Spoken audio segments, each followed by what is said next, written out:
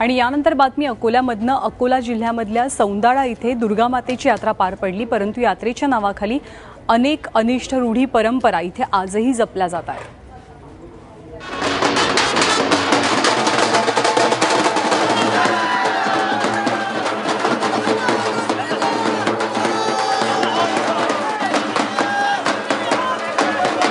भक्तांचं हे लोटांगण कुठल्या मऊ गालिच्यावर नाहीये किंवा हिरव्यागार गवतावरही नाहीये, तर या भक्तांनी हे लोटांगण घातलंय रिंगणी नावाच्या झाडाच्या काट्यांवर।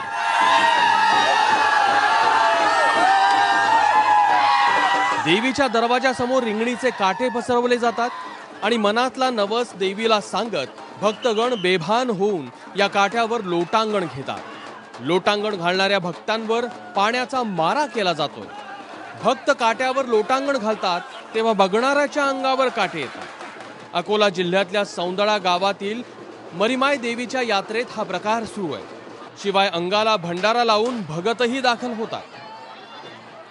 मी कबूल केलं होतं आणि कबूल केल्यानंतर मी लोटांगण घेतलं। त्याच्यापासून लोटांगणापासून मला काहीच काटेही रुतले नाही, काही फरक बी पडला नाही। उलट म्हणजे असं दुखापत म्हणून काहीच झालं नाही। मी हटी आल्यावर मला हे करतात, मला हटी सजवतात, मला हटी हळद लावतात, कुकू लावतात इथं। मला फक्त आशीर्वाद।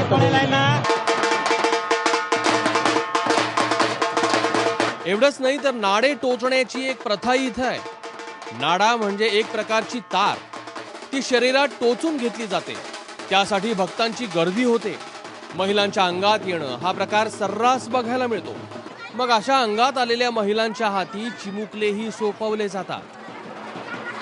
ती माझी श्रद्धा अशी आहे की जे पण मी मागतो ते माता माझी पूर्ण करते। यासाठी 15 वर्षापासून मी इथे येतो आणि आणखी 15 वर्ष येणार। माझी जोपर्यंत इच्छा होते तोपर्यंत माझी दरवर्षी एक इच्छा मागतो मी, ते माझी पूर्ण होते। रात्री नाडे टोचणे हा कार्यक्रम असते व दिवसभर असं जुन्या वाजंत्रा डपळे वगैरे याच्यात जो असते।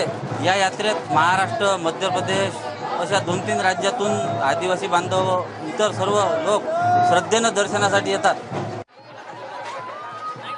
यात्रेतला दर्शनीय भाग म्हणजे गावातल्या 7 गाड्या एकमेकांना बांधल्या जातात। या गाड्यांमध्ये गावातील आबालवृद्ध बसतात आणि भक्त कमरेला दोर बांधत या गाड्या लीलया ओढतात। खरं तर प्रथा परंपरांना विरोध करण्याचं कारण नाही, पण त्यातून शरीरातल्या परमेश्वराला यातना दिल्या जात असतील तर ते नक्कीच खटकणार आहे। ग्रामीण भागातील जत्रा यात्रा या लोकसंस्कृतीचं प्रतीक आहेत। त्या अंधश्रद्धा मुक्त झाल्या तर सामाजिक बदलांना खऱ्या अर्थानं गती येईल असं म्हणता येईल। उमेश लोणे, एबीपी माझा, सौंदळा, अकोला।